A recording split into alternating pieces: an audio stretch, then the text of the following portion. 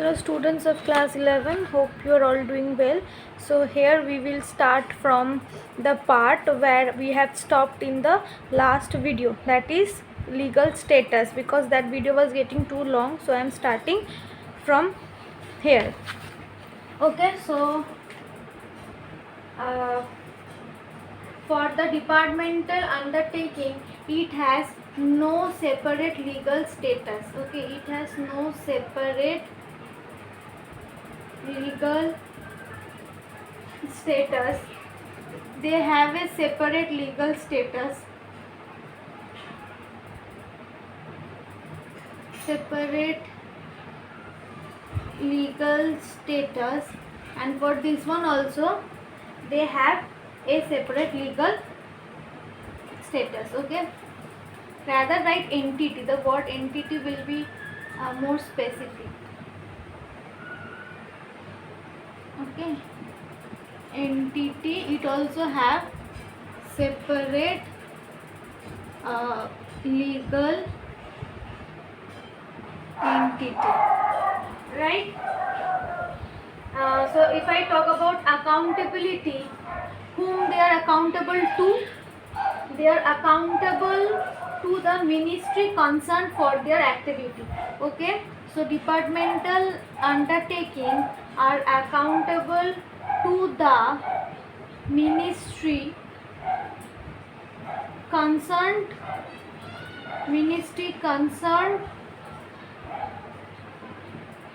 for its activities.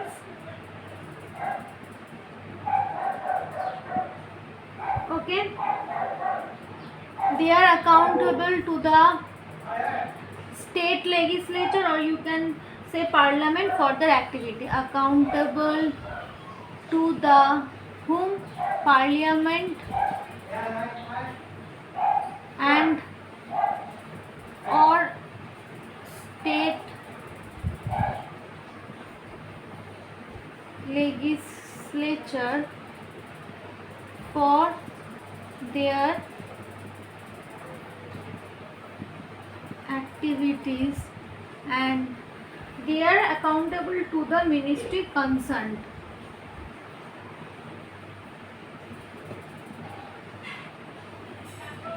Accountable to the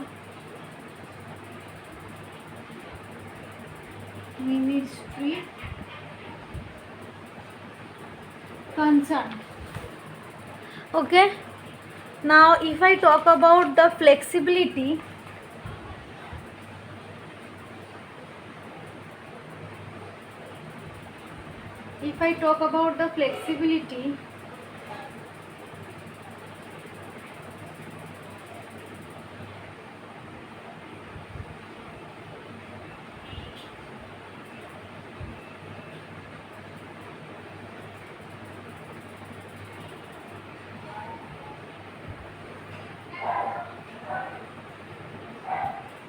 okay, so it has no flexibility at all. Departmental undertaking has no flexibility at all.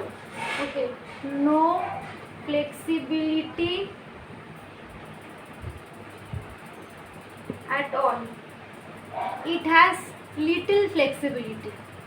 Okay, so it has little flexibility, and it has enough flexibility.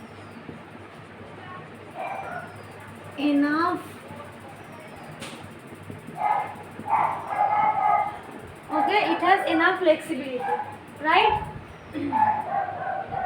Now what about the financing? It is totally financed by the government through the budgetary allocation. Okay, so totally financed by the government. How? Through budgetary allocation.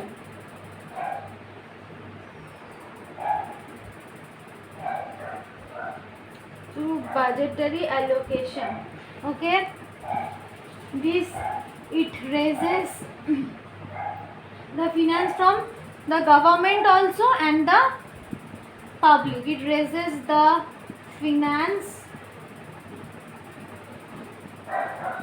from government and public, and it also same, this point and this point will be same. It raises the finance from government and public. Okay. So these are there are other difference also, but these are some of the important ones which I have discussed in the videos. So keeping up to this for today in this video. I hope you have understood. Thank you.